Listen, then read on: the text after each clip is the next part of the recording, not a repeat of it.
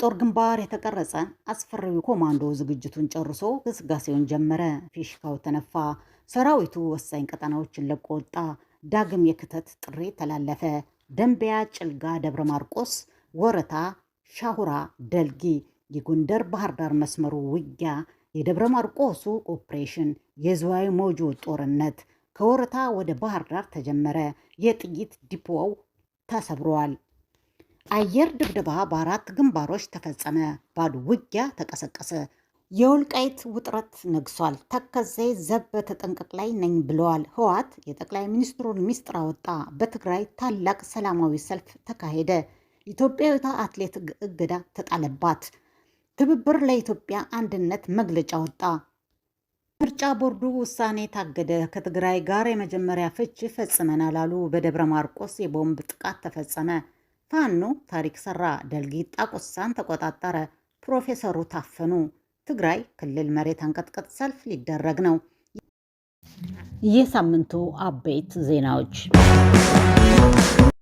በ206ኛ ኮር አዳይ ቡድን በደብረ ማርቆስ ከተማ ከሌሊቱ 8 ሰዓት ከ10 በተፈጸመው የቦምብ ጥቃት ምክትል ኢንስፔክተር ወረታውን ጨምሮ 3 ፖሊሶች ላይ እርምጃ ተወሰደባቸው።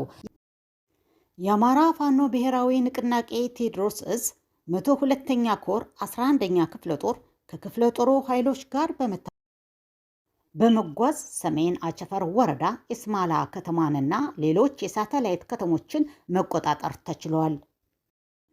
በትላንትናው ዕለት በተካሄደው ኦፕሬሽን 102ኛ ኮር ዘመቻ መሪ ታጋይ እማር ጌትነት ሁለተኛ ሻለቃ ከሌሎች አጋር ክፍለ ጦሮችና ሻለቆች ጋር በመጓዝ ሰሜን አቸፈር ወረዳ ኢስማላ ከተማንና ሌሎች የሳተላይት ከተሞችን መቆጣጠር ተችሏል።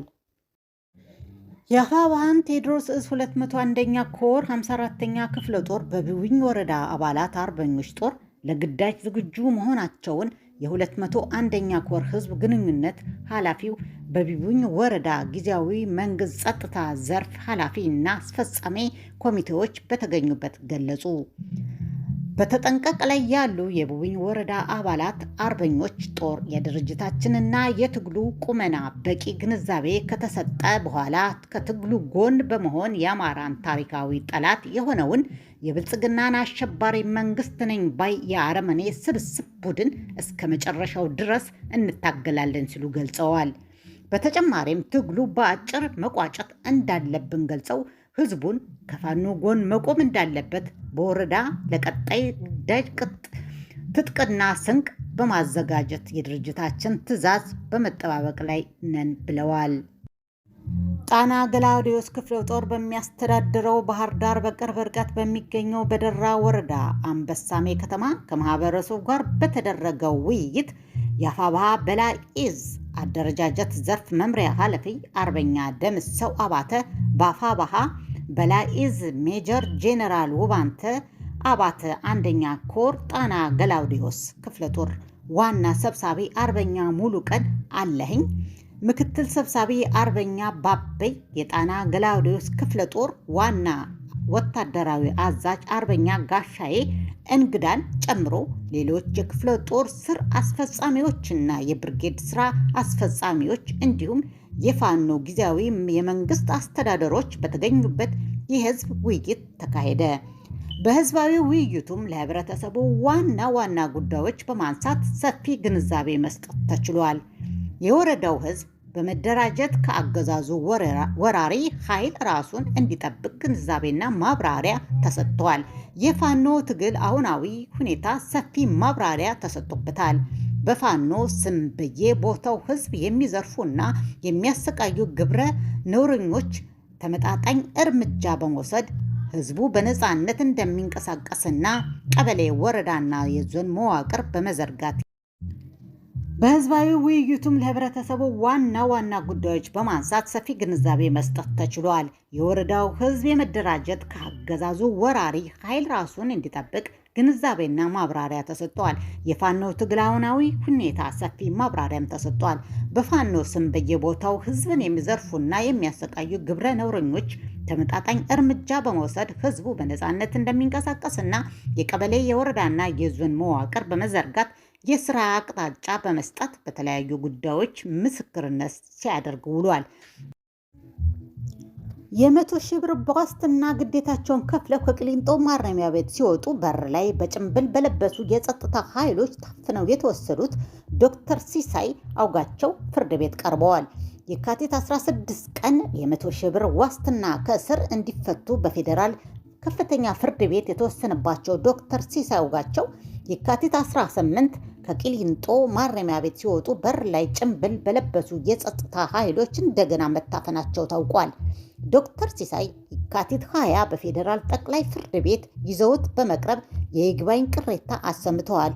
ፍርድ ቤቱ ያስቀርባል አያስቀርብም በሚለው ጉዳይ ብይን ለመስጠት ለነገ የካቲት 21 ቀጠሮ መያዙ ታውቋል። አፈና ፈጻሚዎችም የዶክተር ሲሳይ መለቀቁን አናውቅም ብለው መካዳቸው አሳዛኝና የፍትህ ሂደቱ እየሄደበት ያለውን የቁልቁለት ጉዞ በግልጽ ያሳየ መሆኑ ተመልክተዋል።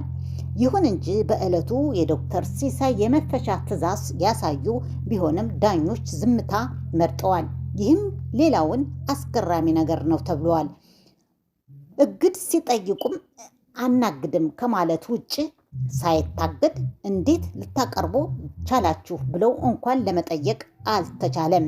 ዶክተር ሲሳይ ያለበት ቦታም እስረኛ ከመብዛቱ የተነሳ አንድ ፍራሽ ጠባብ ቦታ ላይ ለ3 እንዲተኙ እየተደረጉ ነው ተብሏል።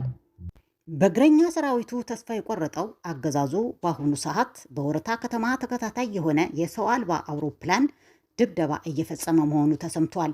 በከተማዋ ከረፋጅ ጀምሮ የድሮን ቅኝት እየተደረገ መሆኑን ጣቢያዎች መረብ ሚዲያ ከሰዓት በፊት ባወጣው ዘገባ መግለጹን አይዘነጋም። አገዛዙ በከተማዋ እየፈጸመ የሚገኘው የድሮን ጥቃት የህዝብ መገልገያ ተቋማትንና መኖሪያ ቤቶች ላይ ያነጣጠረ ነው።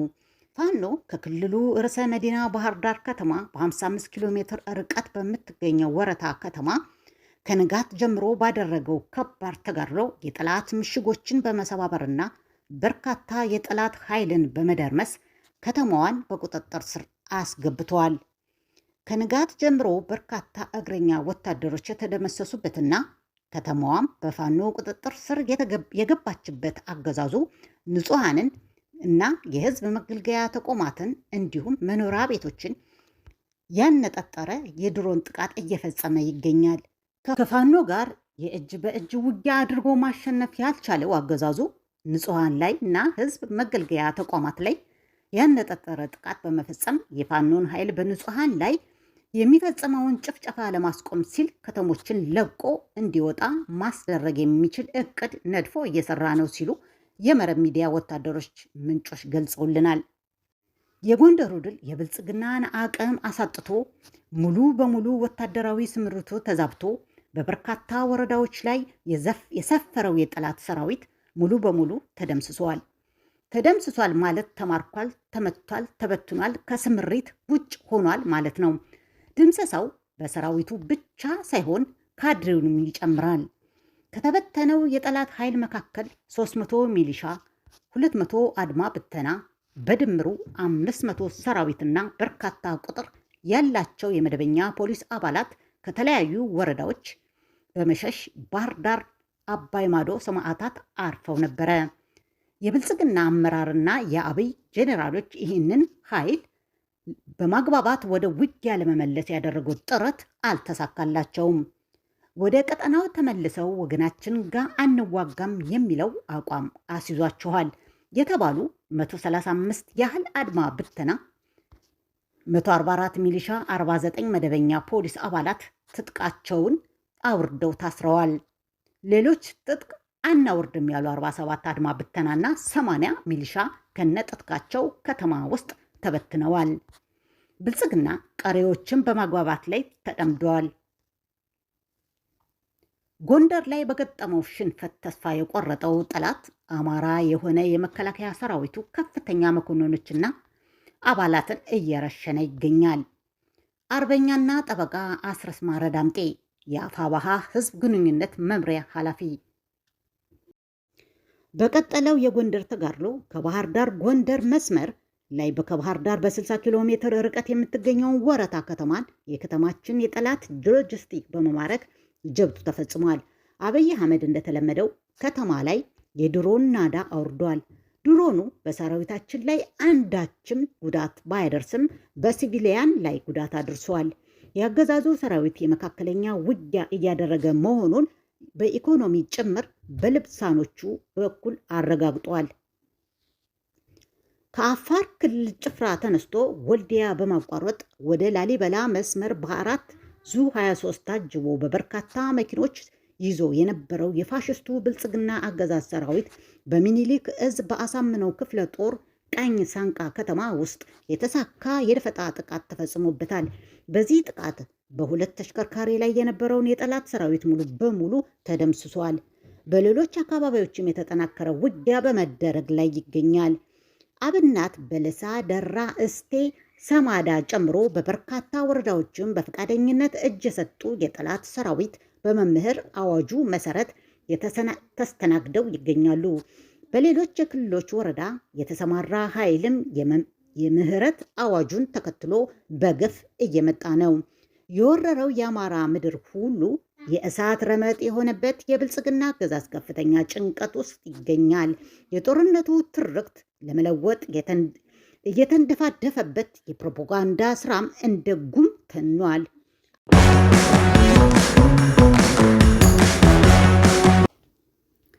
የወልቃይት ጠገዴ ኮሚቴ በምርጫ ቦርድና በስምሬት ፓርቲ የፍርድ ቤት ክርክር ውስጥ ለመግባት ጠየቀ። የወልቃይት ጠገዴ የአማራ ማንነትና ወሰን አስመላሽ ኮሚቴ የፌዴራል ከፍተኛ ፍርድ ቤት በአከራካሪ የምርጫ ክልሎች ላይ ምርጫ እንዲያካሂድ ባሳለፈው ጊዜያዊ እገዳ ውስጥ ገብቶ ለመከራከር አቤቱታ ቀረበ። የኮሚቴው በፌዴራል ከፍተኛ ፍርድ ቤት በአመልካች በዲሞክራሲያዊ ስምሬት ትግራይ ፓርቲና በኢትዮጵያ ምርጫ ቦርድ መካከል በፍርድ ቤት እየታየ ያለው ጉዳይ መብትና ጥቅሙን እንደሚነካ በመግለጽ ጣልቃ ገብቶ ለመከራከር በጠበቃ በኩል ጥያቄ ማቅረቡን አሳውቋል። በዚህ መሰረት ፍርድ ቤቱ ጉዳዩን ተመልክቶ ውሳኔ ለመስጠት ለየካቲት 25 ቀጠሮ መስጠቱን ለጉዳዩ ቅርበት ያላቸው ምንጮች ለቢቢሲ አረጋግጠዋል።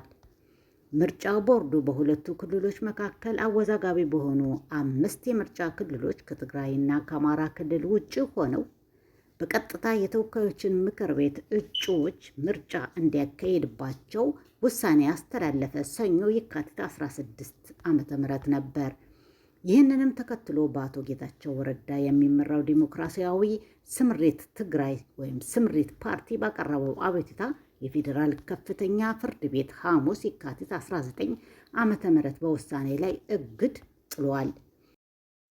ይህንንም ተከትሎ የወልቃይት ጠገዴ የአማራ ማንነትና ወሰን አስመላሽ ኮሚቴ በውሳኔው ለሕዝብ ተወካዮች ምክር ቤት የመምረጥና የመመረጥ መብት ከተሰጣቸው የምርጫ ክልሎች ውስጥ የሁመራና የአጸ ረመጽ ምርጫ ክልሎች ከትግራይ ክልል ወጥቶ በወልቃይት ጠገዴ ስቴት ዞን ስር ራሱን የሚያስተዳድር ነው ብለዋል። ኮሚቴው ስምሬት ባቀረበው አቤቱታ መሰረት አመልካቾች ፍርድ ቤት በሰጠው እግድ በክርክሩ ሂደት ውስጥ ተካፋይ ባልሆኑበት ሁኔታ የሚሰጠው ውሳኔ በፌዴራል ሕገ መንግስት አንቀጽ 38 የተመለከተውን የመምረጥና መመረጥ መብትና ጥቅማጥቅሞችን የሚያነካ ነው ብለዋል። በዚህ ምክንያት ፍርድ ቤቱ በስምሬት ፓርቲና በብሔራዊ ምርጫ ቦርድ መካከል የሚደረጉ ክርክር ውስጥ ጣልቃ ገብቶ እንዲከራከሩ እንዲፈቅድላቸው ጠይቀዋል። ከአንድ ዓመት በፊት የታሰሩት የቤንሻንጉል ጉሙዝ ክልል ምክር ቤት አባላት አዲስ 3ኛ ክስ ተመሰረተባቸው። በቤንሻንጉል ጉሙዝ ክልል ሕገ መንግስት ማሻሻያ ላይ አቤቱታ ያቀረቡት በኋላ የታሰሩት የክልሉ ምክር ቤት አባላት አቶ ዮሐንስ ተሰማ በአዲስ 3ኛ ክስ እንደተመሰረተባቸው ቤተሰቦቻቸው አባል ተናገሩ። ከዚህ ቀደም ከሽብርና ከሊዝ አዋጅ ጋር የተያያዘ ክሶች የቀረቡባቸው የምክር ቤት አባላቱ ላይ የተመሰረተው አዲስ ክስ የሙስና ወንጀል አዋጅ መተላለፍ የሚል ነበር። ላለፈው 1 ዓመት ገደማ እስር ላይ ያሉት የክልል ምክር ቤት አባሉ አቶ ዮሐንስ በአሶሳ ዞን ከፍተኛ ፍርድ ቤት ለቀረበባቸው አዲስ ክስ የቀጠሮ መጥሪያ የደረሳቸውና ትናንት ረቡዕ የካቲት 18 እንደሆነ አንድ የቤተሰብ አባል ለቢቢሲ ተናግረዋል። አቶ ዮሐንስ ባለፈው ዓመት የካቲት ወር ላይ የታሰሩ በኋላ ከ5 ዓመት በፊት ተቋርጦ በነበረው ከሊዝ አዋጅ ስሪት ውጭ የከተማ መሬት አስፋፍቶ በመያዝ ክስ 5 ዓመት ለ10 ወር ተፈርዶባቸዋል።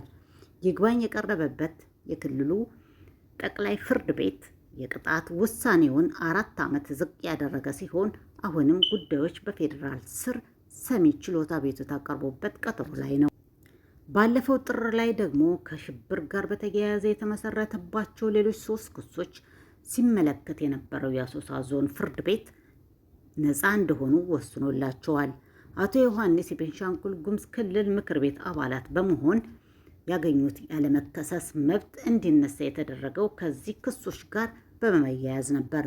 ክሶቹ ህዝብን ከህዝብ ማጋጨት፣ ማህበራዊ ሚዲያ ላይ ከፍተኛ አመራሮችን መሳደብና ከውጭ አካላት ጋር ግንኙነት መፍጠር የሚሉ እንደነበሩ ጉዳዩን የሚከታተሉ የቤተሰብ አባላት በወቅቱ ለቢቢሲ ተናግረው ነበር። በሰሜን ኢትዮጵያ ደግሞ ደም አፍሳሹ ጦርነት ካበቃ በ3 ዓመት በኋላ ደግሞ ጦርነት ይቀሰቀሳል የሚል ፍራቻ በርካቶችን ትግራይ ለቀው እንዲወጡ እያደረገ ነው።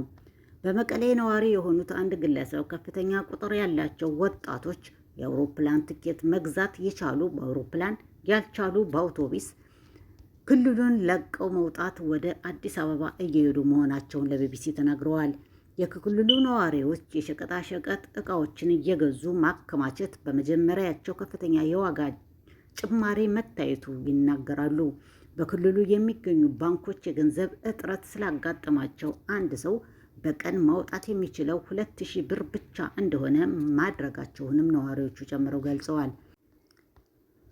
ለ2 ዓመት የቆየው ጦርነት ክፉኛ የጎዳት ትግራይ ክልል የሚገኙ ባንኮች ከፍተኛ የገንዘብ እጥረት ስላለባቸው በርከት ያሉ ቁጥር ያለው ገንዘብ ለማስተላለፍ የሚፈልጉ ሰዎች ተጨማሪ ክፍያ እንደሚጠየቁም ተናግረዋል።